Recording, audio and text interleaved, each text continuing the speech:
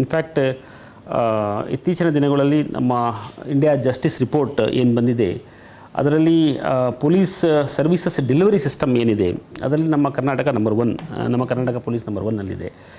ಅಂದರೆ ನಮ್ಮ ಏನು ಸೇವೆಗಳಿದೆ ಸಾರ್ವಜನಿಕರಿಗೆ ಕೊಡಬೇಕಾಗಿರುವಂಥದ್ದು ಪೊಲೀಸ್ ಇಲಾಖೆಯಿಂದ, ಆ ಸೇವೆ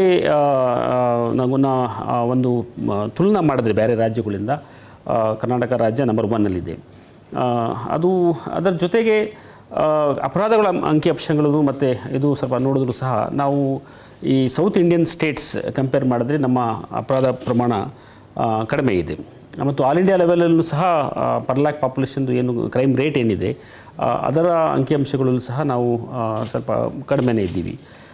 ಬಟ್ ಆದರೆ ಬಹಳಷ್ಟು ಕೆಲಸಗಳು ಕಾರ್ಯಗಳು ನಮ್ಮ ಪೊಲೀಸ್ ಇಲಾಖೆಯಲ್ಲಿ ಇತ್ತೀಚಿನ ದಿನಗಳಲ್ಲಿ, ಯಾಕಂದರೆ ಕಾನೂನುಗಳು ಏನಿದೆ ಹೊಸ ಕಾನೂನುಗಳು ಬರ್ತಾ ಇರೋದ್ರಿಂದ ಮತ್ತು ಹೊಸ ಸವಾಲುಗಳು ಈಗ ಇತ್ತೀಚಿನ ದಿನಗಳಲ್ಲಿ ಬರ್ತಾ ಇರೋದ್ರಿಂದ ಯಾವಾಗಲೂ ಟೆಂಟರ್ ಹುಕ್ಸ್ ಅಂತ ಹೇಳ್ತೀವಲ್ಲ, ನಾವು ಯಾವಾಗಲೂ ಅಷ್ಟೇ ಎಡ್ಜಲ್ಲಿ ಇರಬೇಕಾಗುತ್ತದೆ.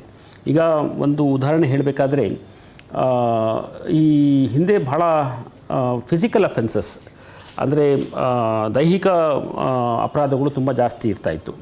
ಪರ್ಟಿಕ್ಯುಲರ್ಲಿ ಡಕೈಟಿಗಳು, ರಾಬರಿ, ಕಳ್ಳಕಳುಗಳು ಮತ್ತು ಬೇರೆ ಕಳುವುಗಳೆಲ್ಲ. ಬಟ್ ಅದು ಈಗ ಸ್ವಲ್ಪ ಕಡಿಮೆ ಆಗ್ತಾ ಹೋಗ್ತಾ ಇದೆ, ಕಡಿಮೆ ಆಗಿದೆ. ಬಟ್ ಆದರೆ ಅದರ ಜಾಗದಲ್ಲಿ ಬೇರೆ ಒಂದು ಆಧುನಿಕ ಏನು ಪ್ರಪಂಚದಲ್ಲಿ ಇರುವಂತಹ ಒಂದು ಬಹಳ ಮುಖ್ಯವಾದ ಒಂದು ಪರ್ಟಿಕ್ಯುಲರ್ಲಿ ಈಗ ಸೈಬರ್ ಕ್ರೈಮ್ ಏನಿದೆ ಅದು ತಗೊಂಡಿದೆ. ಸೈಬರ್ ಕ್ರೈಮ್ ಮತ್ತು ಈವನ್ ನಾರ್ಕೋಟಿಕ್ ಡ್ರಗ್ಸ್ ಪರ್ಟಿಕ್ಯುಲರ್ಲಿ ಅದೂ ಅದರದ್ದು ತಸ್ಕರಿ ಅಂದರೆ ಬೇರೆ ಕಡೆಯಿಂದ ಏನು ಸಿಂಥೆಟಿಕ್ ಡ್ರಗ್ಸ್ ಏನು ಇದೆ ಅದು ಸ್ವಲ್ಪ ಈಗ ಜಾಸ್ತಿ ಇದೆ. ಸೊ ಅದರಿಂದ ಈಗ ಏನಾಗಿದೆ, ನಮ್ಮ ಕಾರ್ಯ ಸ್ವರೂಪನೂ ಸಹ ಅದರಿಂದ ಬದಲಾವಣೆ ಆಗ್ತಾ ಇದೆ. ಮುಂಚೆ ಈಗ ನಾನು ಬಹಳ ವರ್ಷ ಹಿಂದೆ 97ನಲ್ಲಿ ನಾನು ಮೈಸೂರು ಸಿಟಿನಲ್ಲಿ DCP ಲಾ ಆ್ಯಂಡ್ ಆರ್ಡರ್ ಆಗಿದ್ದೆ. ಆವಾಗ ಸುಮಾರು 400ರಿಂದ 500 ಕಳ್ಳಕಳುಗಳು ಪ್ರತಿ ವರ್ಷ ಆಗ್ತಾಯಿತ್ತು. ಮತ್ತು ಒಂದು ದಶಕ ಹಿಂದೆ 2013ರಿಂದ 15ವರೆಗೂ ನಾನು ಅಲ್ಲಿ ಕಮಿಷನರ್ ಆಫ್ ಪೊಲೀಸ್ ಆಗಿದ್ದೆ ಮೈಸೂರು ಸಿಟಿನಲ್ಲಿ. ಆವಾಗ ಅದು ಸುಮಾರು 200 ಕಳ್ಳಕಳು ಆಗ್ತಾಯಿತ್ತು ವರ್ಷಕ್ಕೆ. ಈಗ ಅದು 100ಕ್ಕಿಂತ ಕಡಿಮೆ ಆಗಿದೆ. ಅಂದರೆ 100ಕ್ಕಿಂತ ಕಡಿಮೆ ಆಗಿದೆ. ಅಂದರೆ ನಾವು ಫಿಸಿಕಲ್ ಅಫೆನ್ಸಸ್ ಏನಿದೆ ಅದು ಕಡಿಮೆ ಆಗ್ತಾ ಹೋಗಿದೆ. ಬಟ್ ಆದರೆ ಅದರ ಜಾಗದಲ್ಲಿ ಈಗ ಸೈಬರ್ ಕ್ರೈಮ್ ಅದು ಯಾರೂ ಕೇಳೇ ಇರಲಿಲ್ಲ ಆ ಟೈಮಲ್ಲಿ, ಆ ಪದಾನೇ ಗೊತ್ತಿರಲಿಲ್ಲ ಭಾಳ ಜನಕ್ಕೆ ಆವಾಗ. ಬಟ್ ಈಗ ನೋಡಿದ್ರೆ ಆಲ್ಮೋಸ್ಟ್ 25% ಬೆಂಗಳೂರು ಸಿಟಿನಲ್ಲಿ ಅಪರಾಧಗಳು 25% ಶೇರ್ ಏನಿದೆ ಅದು ಸೈಬರ್ ಕ್ರೈಮ್ಸ್ದೇ ಇದೆ. ಮತ್ತು ಓವರಾಲ್ ನಮ್ಮ ರಾಜ್ಯದಲ್ಲಿ ಆಲ್ಮೋಸ್ಟ್ 11 to 12% ಕೇಸಸ್ ಈಗ ಸೈಬರ್ ಕ್ರೈಮ್ ಕೇಸಸ್ ಆಗ್ತಾ ಇದೆ. ಅದು ಈಗ ಹೊಸ ಸವಾಲುಗಳು ನಮಗೆ ಇರುವಂಥದ್ದು.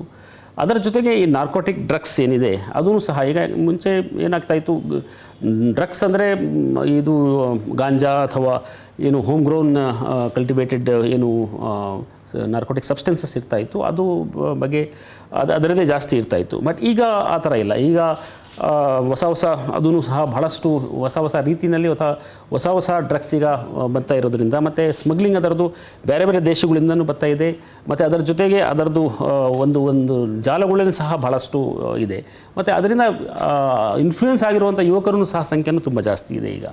ಸೊ ಅದರಿಂದ ಈ ಬಹಳ ಮುಖ್ಯವಾದ 2 ಸವಾಲು ನಮ್ಮಲ್ಲಿದೆ. ಮತ್ತು ಮೂರನೇದು, ನಗರ ಪ್ರದೇಶಗಳು ತುಂಬ ಬೆಳೀತಾ ಇದೆ. ಈಗ ಟ್ರಾಫಿಕ್ ಒಂದು ಮೇಜರ್ ತಾವು ಹೇಳ್ತಾ ಇದ್ರಿ, ಟ್ರಾಫಿಕ್ ಭಾಳ ಆ ಟೈಮಲ್ಲಿ ಸ್ವಲ್ಪ ಕೆಲಸಗಳು ಆಗಿತ್ತು. ಬಟ್ ಏನಾಗಿದೆ, ಈಗ ಮತ್ತೆ ಕಾಲ ಬದಲಾವಣೆ ಆಗಿದೆ. ಈಗ ಮತ್ತೆ ವಾಹನಗಳ ಸಂಖ್ಯೆ ತುಂಬ ಜಾಸ್ತಿ ಆಗಿದೆ. ಮತ್ತು ಜನಸಂಖ್ಯೆನೂ ನಗರ ಪ್ರದೇಶಗಳಲ್ಲಿ ತುಂಬ ಜಾಸ್ತಿ ಇದೆ. ಸೊ ಅದರಿಂದ ಬೆಳೀತಾ ಇರೋ ನಗರಗಳಲ್ಲಿ ಮತ್ತು ಬೆಳೀತಾ ಇರೋ ಒಂದು ವಾಹನಗಳಿಗೆ ಏನಿದೆ, ಇನ್ಫ್ರಾಸ್ಟ್ರಕ್ಚರ್ ಅಷ್ಟು ಬೇಗ ಡೆವಲಪ್ ಆಗೋದಿಲ್ಲ. ಅದು ಪರ್ಟಿಕ್ಯುಲರ್ಲಿ ನಮ್ಮ ಈ ಡೆವಲಪಿಂಗ್ ದೇಶಗಳಲ್ಲಿ ಟ್ರಾಫಿಕ್ ಸಮಸ್ಯೆ ಎಲ್ಲ ನಗರಗಳಲ್ಲಿ ಬಹುಶಃ ತುಂಬ ಜಾಸ್ತಿ ಇದೆ. ಸೊ ಇದನ್ನು ನಿವಾರಣೆ ಮಾಡುವಂಥದ್ದು ಏನಿದೆ ಅದು ಒಂದು ದೊಡ್ಡ ಸವಾಲು ಇವತ್ತು ಪೊಲೀಸ್ ಮುಂದೆ ಇದೆ. ಇದರಲ್ಲಿ ಬೇರೆ ಸ್ಟೇಕ್ ಹೋಲ್ಡರ್ಸು ಅಥವಾ ಬೇರೆ ಏಜೆನ್ಸೀಸು ಸಹ ಇನ್ವಾಲ್ವ್ ಆಗ್ತಾರೆ. ಬಟ್ ಸಿನ್ಸ್ ಟ್ರಾಫಿಕ್ ಪೊಲೀಸ್ ಎಲ್ಲರಿಗೂ ಕಣ್ಣು ಎದುರೇ ಇರುವಂಥದ್ದು ಮತ್ತು ರೋಡಲ್ಲಿ ನಿಂತ್ಕೊಂಡು ಕೆಲಸ ಮಾಡ್ತಾ ಇರೋದ್ರಿಂದ ಹೊಣೆಗಾರಿಕೆ ಜಾಸ್ತಿ ಪೊಲೀಸರ ಮೇಲೆ ಜಾಸ್ತಿ ಇರ್ತದೆ.